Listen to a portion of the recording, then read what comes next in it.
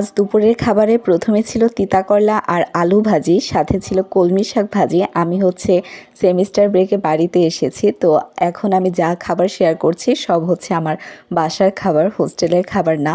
যদি আমি হোস্টেলে রান্না করেই খাই।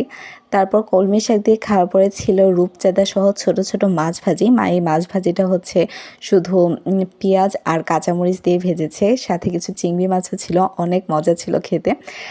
তারপর এই ছোট মাছ দিয়ে খাওয়ার পরে ছিল মিষ্টি কুমড়া দিয়ে মিরকা মাছের তরকারি। মিরকা মাছ খেতে অনেকটা রুই মাছের মতোই। আমাদের এলাকায় এই মাছটাকে মিরকা মাছ বলে। মা মাছটা ভেজে রান্না করেছে, এটাও খুব ভালো ছিল খেতে। তারপর শেষে তরকারির মধ্যে ছিল বরবটি দিয়ে ছোট মাছের তরকারি। এখানে মিক্সড সব ধরনের মাছ ছিল, এই তরকারিটাও বেশ ভালো ছিল।